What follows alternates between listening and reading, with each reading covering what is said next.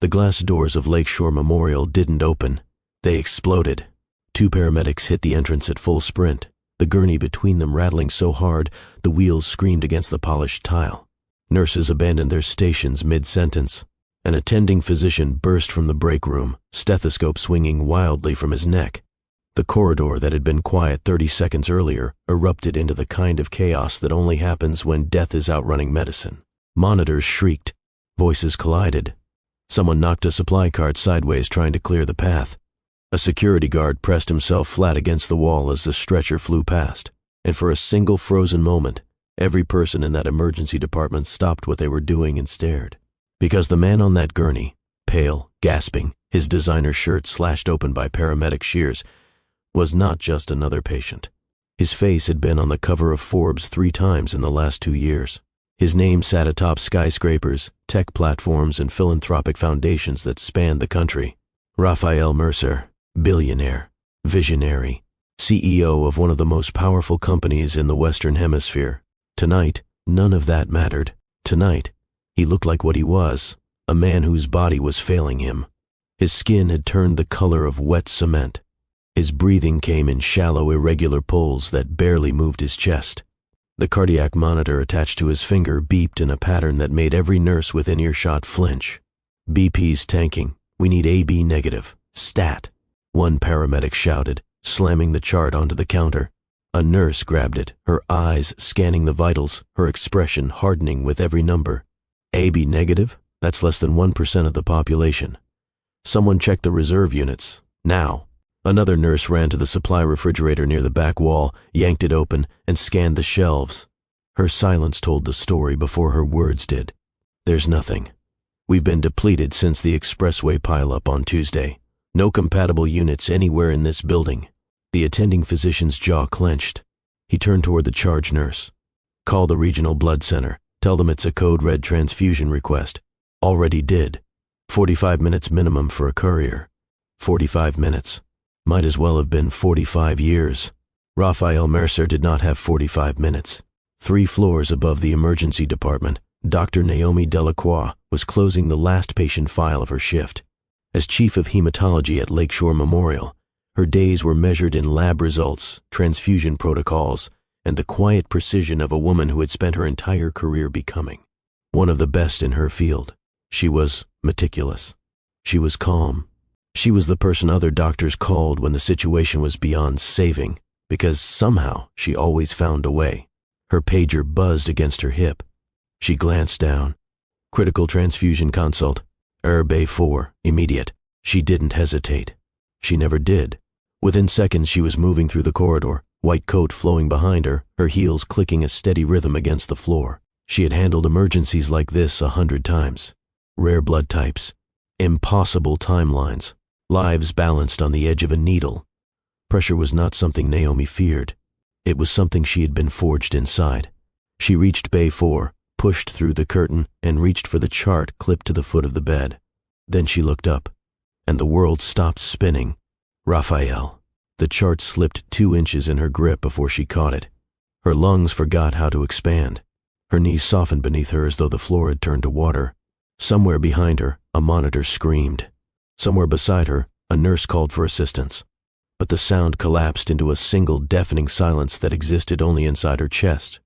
18 years. 18 years since she last saw that face. He was older now, silver threading through the dark hair at his temples, deeper lines carved around his mouth.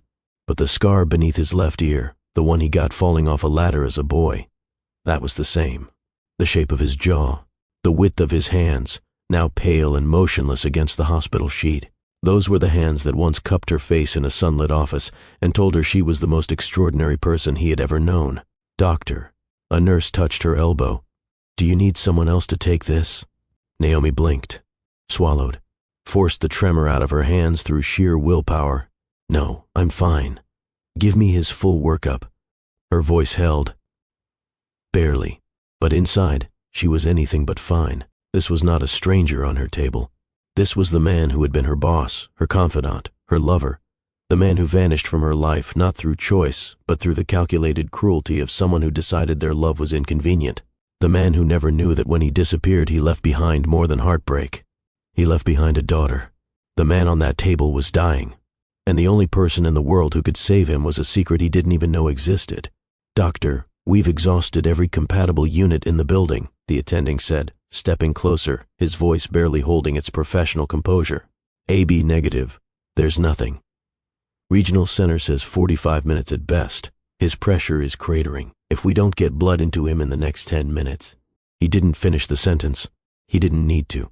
Naomi's mind raced through every protocol she had ever written, every emergency contact list, every backup system she had helped design for exactly this kind of crisis.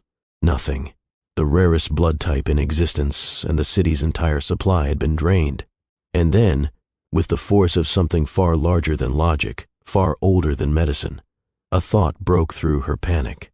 Adeline, her daughter, 17 years old, healthy, strong, AB negative, inherited from the very man whose life was draining away beneath the fluorescent lights. And she was here, right now, in this building, volunteering in the pediatric wing the way she did every Tuesday and Thursday after school. As if the universe had written this scene long before any of them were born, the ER doors opened at the far end of the corridor. Naomi turned instinctively, and there she stood. Addie, backpack slung over one shoulder, braids pulled into a loose knot, volunteer badge still clipped to her jacket. She looked around the ER with mild curiosity, completely unaware of the earthquake waiting for her. She spotted her mother and smiled. Mom, I thought your shift ended an hour ago. You okay? Behind Naomi, the cardiac monitor spiked. A nurse shouted, We're losing rhythm again.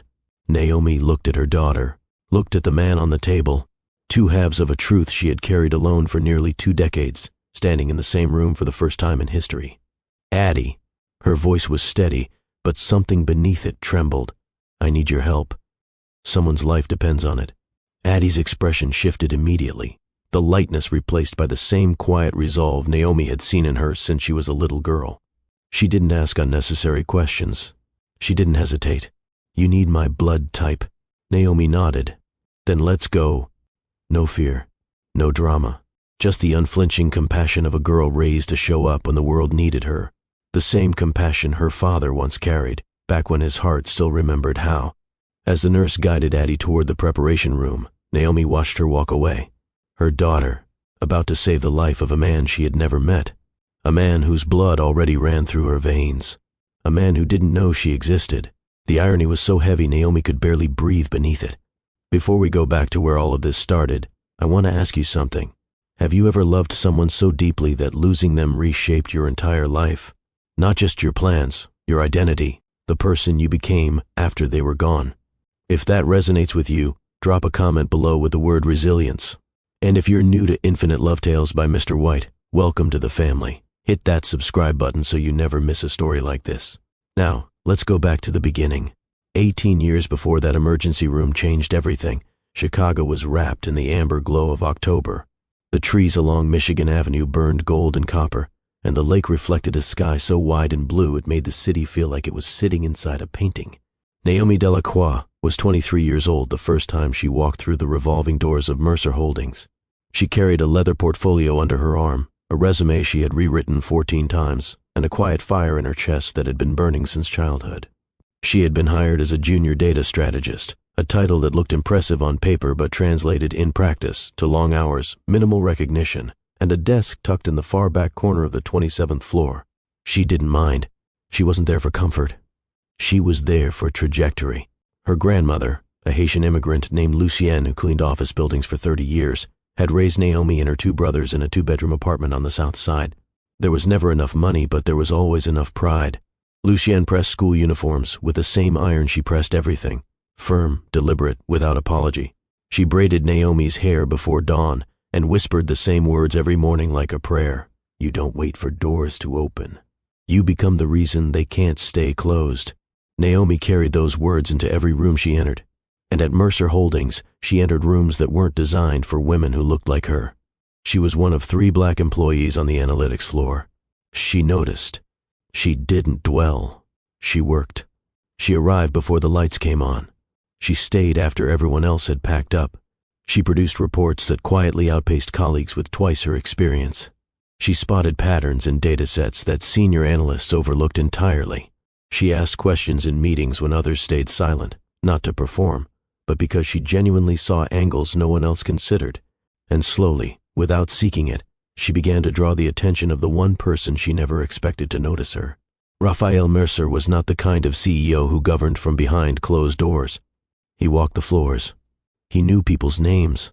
He had inherited the company from his late father, but had rebuilt it from the inside out, transforming a modest real estate firm into a technology-driven empire that was reshaping how cities were designed.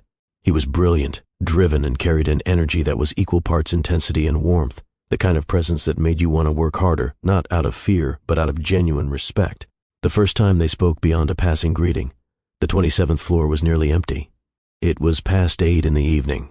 Most of the team had gone home hours ago.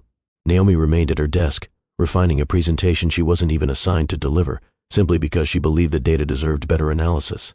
Raphael walked past her desk. Stopped, doubled back. "You're still here," he said. "The model needs another pass," she replied, not looking up. He leaned against the cubicle wall, arms crossed, studying her screen with genuine curiosity. "I reviewed your last 3 reports. The regression analysis on the South Bank project, that was yours?" She finally looked up, met his gaze directly. It was the best work anyone on this floor has produced in 6 months. A beat of silence passed between them. She didn't blush. She didn't deflect. She held his eyes and said, "Then maybe I should be presenting it instead of formatting someone else's slides." He blinked. And then something happened that shifted the entire axis of their story. He smiled. Not the polished, rehearsed expression he wore in boardrooms and press conferences. Something surprised. Something real. Something that said, "I didn't expect you, but I'm glad you're here." "Maybe you should," he said quietly. That conversation cracked open a door neither of them planned to walk through. Over the following weeks, Raphael began including Naomi in higher-level strategy meetings. He asked for her analysis directly instead of routing it through her manager. He challenged her thinking, sometimes sharply, and more importantly, he listened when she challenged his. Their dynamic was electric, intellectually combustible, 2 minds that sharpened each other without ego getting in the way. But it was more than intellect. There was a current beneath it, a mutual awareness that neither of them acknowledged out loud. The way their eyes held a fraction too long across a conference table. The way his voice softened, almost imperceptibly, when he addressed her directly. The way she found herself thinking about him at odd hours, not about his title or his wealth, but about the look in his eyes when he talked about his late father, the way his guard dropped in the quiet moments between meetings. It was one of those quiet moments that changed everything. A grueling acquisition negotiation had stretched past midnight. The rest of the team had been dismissed hours ago. Naomi and Raphael remained in his corner office, the skyline of Chicago glittering beyond the floor-to-ceiling glass, half-eaten takeout containers scattered across the conference table like evidence of a battle survived. Exhaustion had melted the professional veneer between them. He loosened his tie. She kicked off her heels beneath the table. The silence between them felt different now, not empty but full. Charged. "Why do you work so hard?" he asked, his voice low. She considered the question, not the corporate answer, the real one. "Because I have people counting on me. People who sacrificed everything so I could sit in rooms like this." He studied her face for a long moment. His expression shifted into something she hadn't seen before, not admiration exactly, but recognition.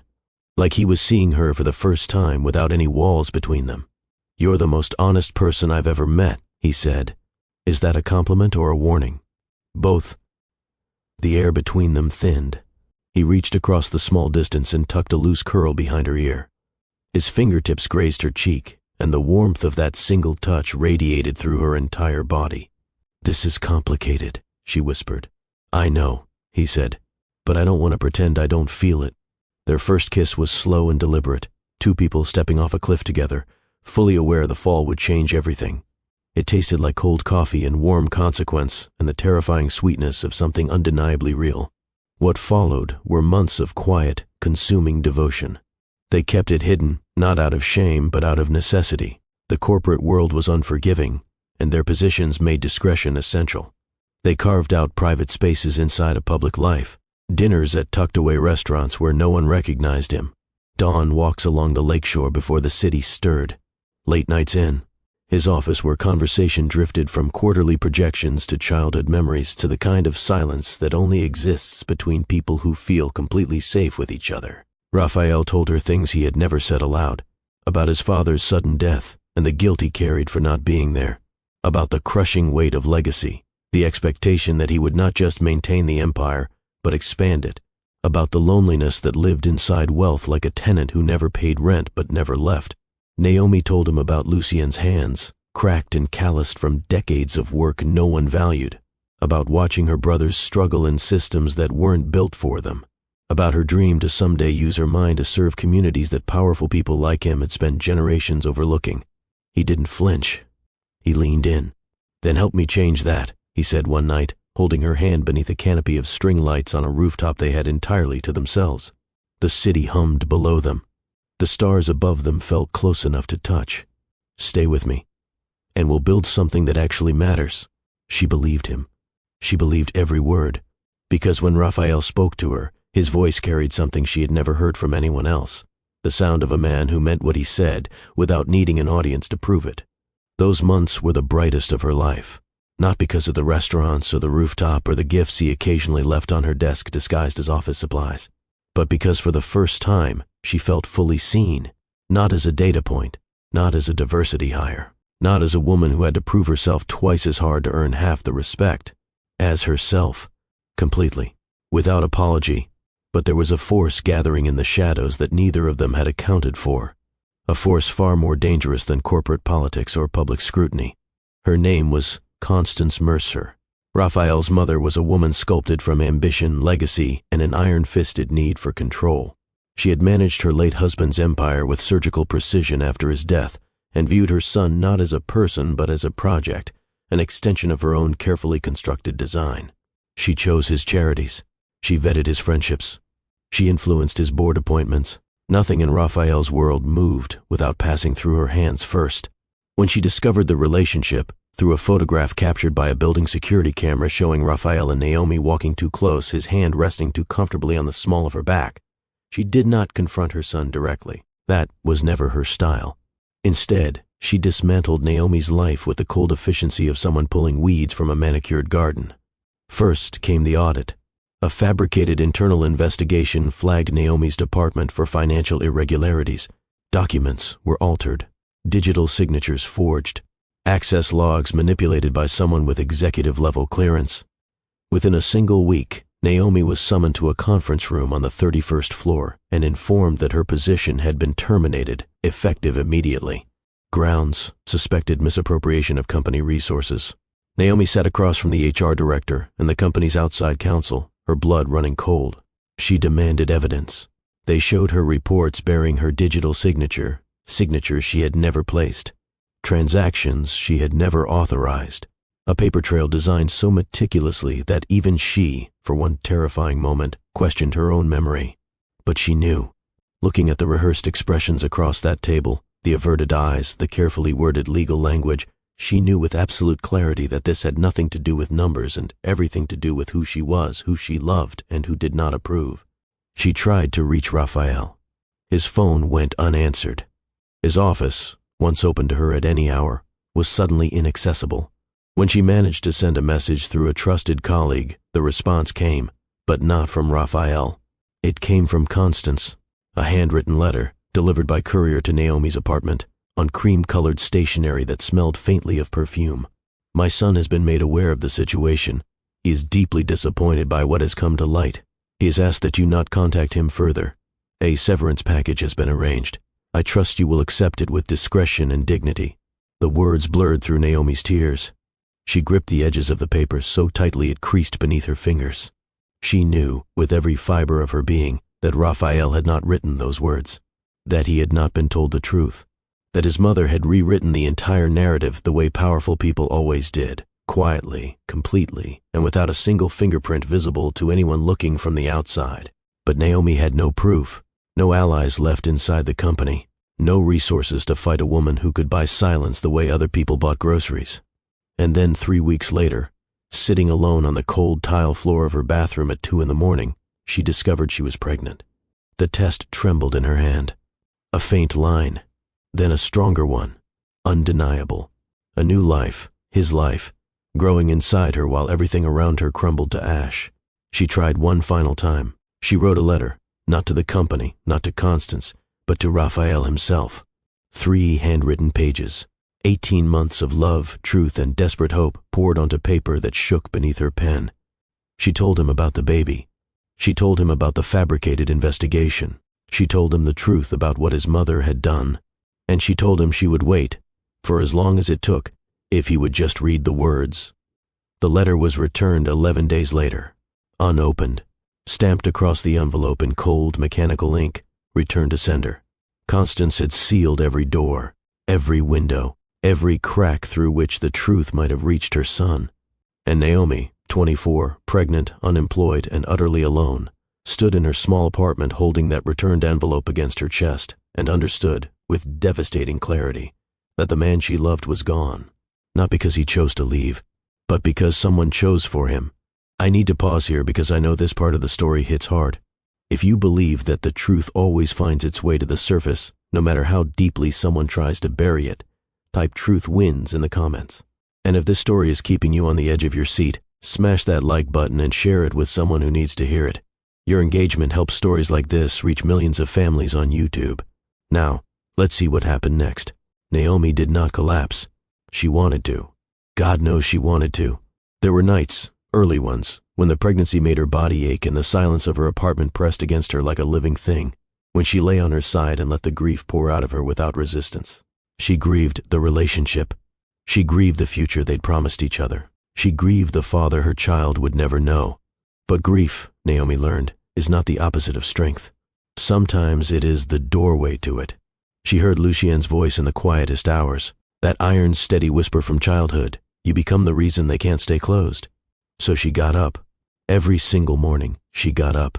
She went back to school. She pivoted away from data analytics entirely and poured herself into medicine, pre-med courses, organic chemistry, anatomy labs that lasted until midnight. She studied with a baby growing inside her. She took exams while managing morning sickness.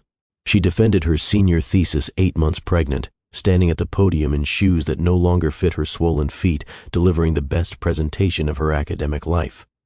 Adeline was born on a rainy Tuesday in June. 7 pounds, 4 ounces, a full head of dark curls. And when the nurse placed her on Naomi's chest, and those tiny amber eyes blinked open for the first time, Raphael's eyes, unmistakably, heartbreakingly his, Naomi felt something shift inside her that could never be reversed. This child was not a reminder of what she lost.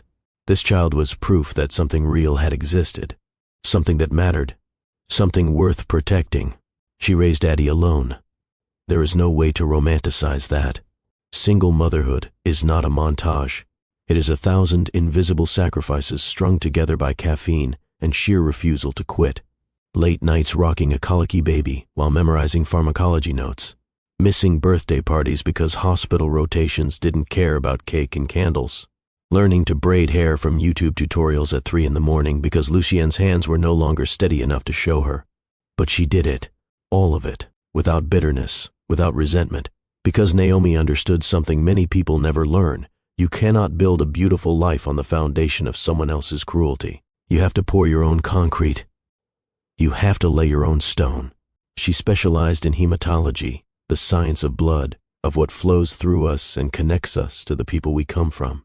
There was poetry in that choice, though she never said it aloud. By the time Addie turned 10, Naomi had earned a reputation that preceded her into every room.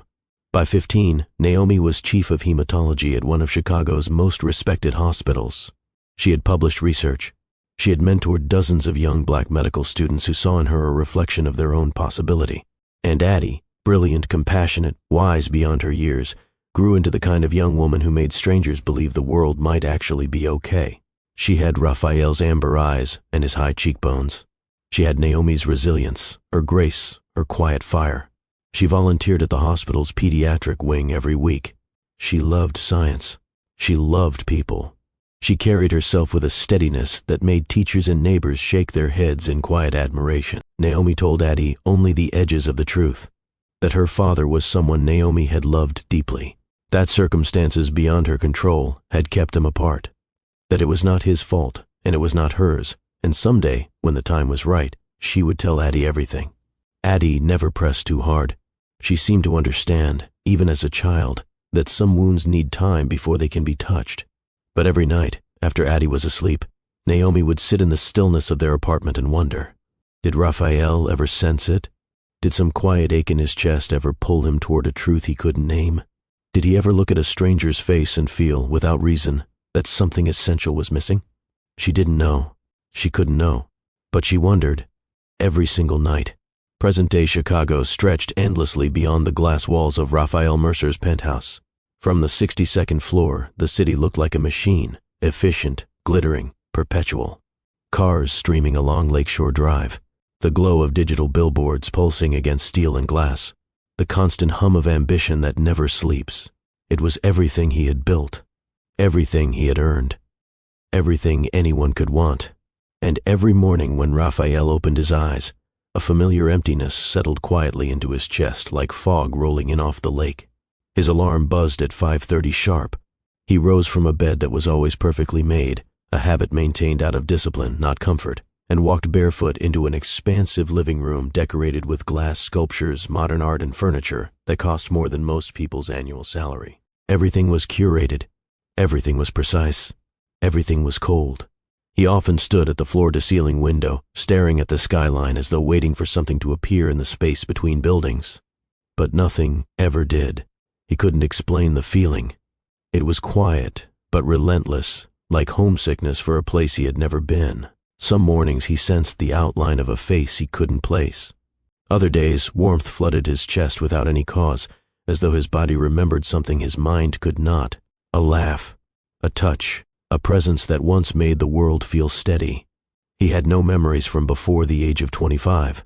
A car accident, he'd been told, had caused severe retrograde amnesia, erasing everything that came before. His mother, Constance, had reconstructed his life from that point forward, building a narrative centered entirely on ambition, legacy, and the relentless pursuit of more. "Your past doesn't matter," she told him, over and over, her voice smooth and certain. "What matters is the future you're building." And he believed her. He had no reason not to. But the hollow ache inside him grew louder with every passing year. He sat at the head of boardroom tables surrounded by people who called him brilliant and felt nothing.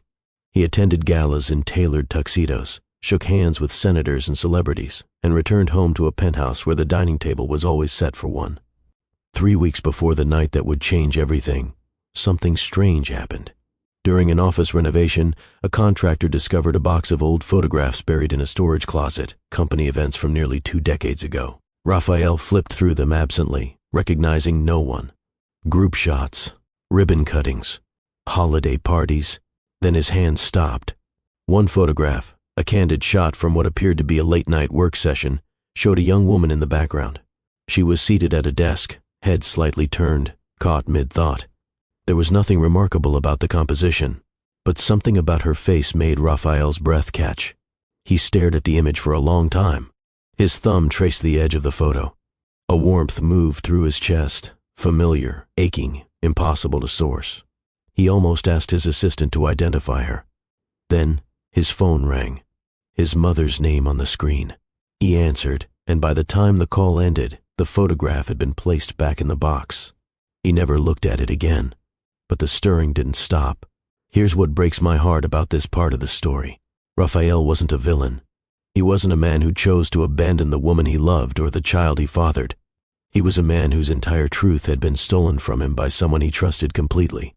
If you believe that everyone deserves to know where they come from, leave a emoji in the comments. And if you haven't subscribed yet, now is the time, because what happens next, you won't see coming. The transfusion line was connected. The blood, Addie's blood, flowed through the foretube in a slow, steady rhythm, entering Raphael's body one drop at a time. The monitors that had been screaming minutes ago began to settle. His heart rate steadied. His oxygen levels climbed. Color, faint, fragile but real, began returning to his face. The attending physician let out a breath he had been holding for what felt like 20 minutes. "He's stabilizing. The transfusion is holding." Naomi stood beside Raphael's bed, her hands clasped in front of her, every ounce of professional composure engaged to keep herself from falling apart. She had imagined many versions of seeing him again over the years, Some fueled by anger, some by grief, some by a hope she was ashamed to admit she still carried. But she never imagined this, not with him unconscious, not with her daughter's blood literally keeping him alive, not with fate stitching together wounds that had been left open for 18 years. She looked at his face, truly looked, for the first time since that last night in his office, when the world still made sense. Every old feeling rose without permission. Love, grief, longing, confusion, pain. She had spent nearly 2 decades burying these emotions beneath work, motherhood, and the daily architecture of survival. Tonight, they returned with devastating force. She leaned closer. Her lips barely moved. "Please wake up," she whispered. "Not for me. For the truth you deserve. For the daughter who just saved your life without knowing you're her father." The words hung in the sterile air, heard by no one but the machines and the ghosts of a love that refused to die. Minutes later, the preparation room door opened. Addie appeared in the hallway, a small cotton bandage taped to the inside of her elbow, her expression calm but threaded with curiosity. She walked toward Bay 4 and looked through the gap in the curtain at the man on the bed. She tilted her head slightly, studied his face the way she studied everything, carefully, thoroughly, with the quiet intelligence that made her extraordinary. "Mom," she said softly. "Who is he?" Naomi opened her mouth. The words gathered behind her teeth, heavy, sharp-edged, 18 years in the making. Before she could speak, a sound cut through the corridor that made her blood freeze. The sharp, unmistakable click of expensive heels against hospital tile. Moving fast, moving with authority, moving with the specific energy of a woman who had spent her entire life entering rooms and expecting them to rearrange themselves around her. "Where is my son?"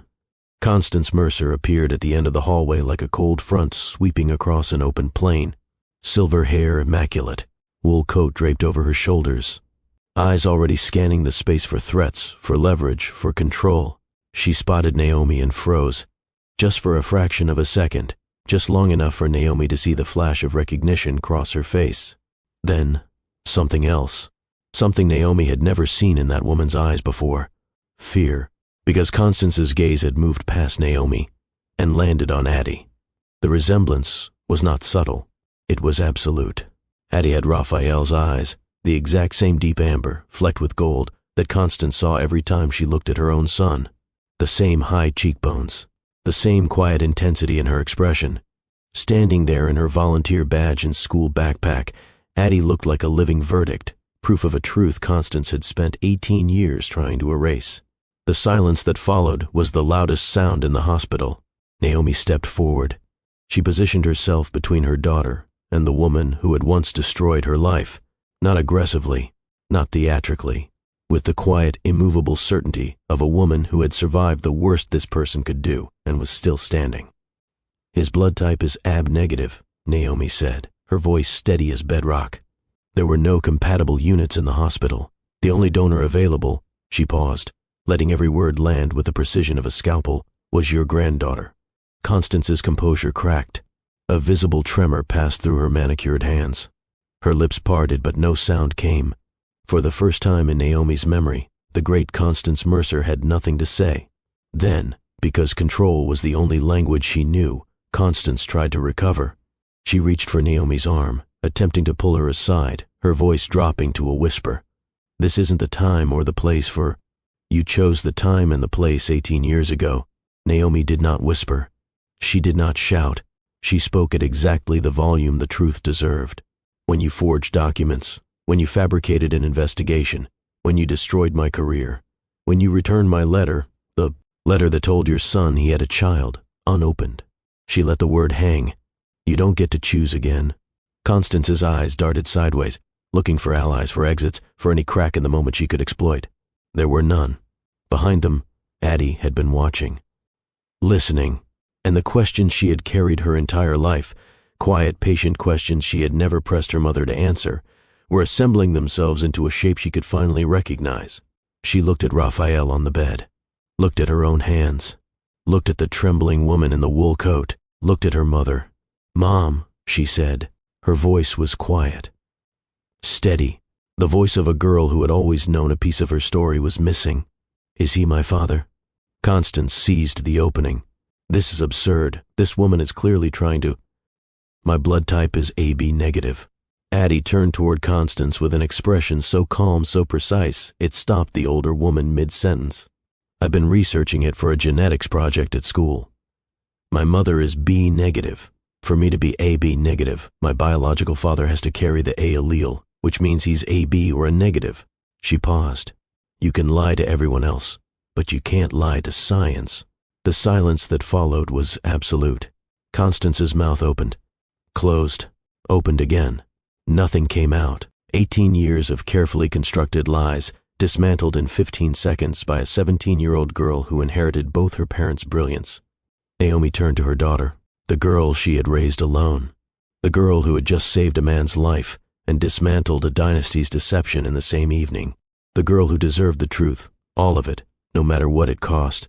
Yes, Naomi whispered, her voice breaking for the first time all night. He is. Addie's eyes glistened. But she didn't cry. She nodded slowly, as though a door inside her had finally opened, a door she had been standing in front of her entire life, waiting for the key. Behind them, the monitors beeped steadily. Stronger now, more certain. Raphael's eyelids flickered. His fingers twitched against the sheet. His chest rose with a deeper breath, the first full breath he had taken in hours. The fluorescent light above him blurred, then sharpened. The first thing he saw was a ceiling he didn't recognize. White tile, harsh light, the smell of antiseptic. The second thing he saw was a face, young, unfamiliar, amber eyes looking down at him with an expression that held no fear, no anger, only a tenderness so deep it bypassed every wall he had ever built. Something stirred inside him. Not memory, not exactly. Something older, something cellular. A recognition that didn't need names or dates or context. A warmth that moved through his veins, literally carried by the blood she had given him, and settled into a place inside his chest that had been empty for as long as he could remember. He blinked. His lips moved. No sound came at first. Then Naomi stepped into his line of sight, and the world fractured. He didn't remember her name. He didn't remember the office, the rooftop, the lakeshore, the kiss. But his body remembered. His heart rate spiked on the monitor, not from fear, but from something the machines had no code for. A flood of warmth so sudden and so fierce, it made his eyes fill before his mind could catch up. Who? His voice was a rasp, barely audible. Who are you? Naomi pulled a chair close. She sat beside him the way she had sat beside thousands of patients, with calm, with care, with presence. But her hands trembled in her lap. She told him, not all at once, not in a flood of accusation or grief. She told him the way she had always told the truth, simply with dignity, letting the facts carry their own weight. She told him who she was, who Addie was, what Constance had done, the forged documents, the returned letter, the 18 years of silence that were never his choice. Raphael listened. His face cycled through emotions the way a sky moves through weather, confusion, then disbelief, then slow, dawning horror. His eyes moved from Naomi to Addie and back again, searching for the lie, the angle, the catch, finding none. He turned his head toward the doorway where Constance still stood, diminished, silent, stripped of the armor she had worn for 2 decades.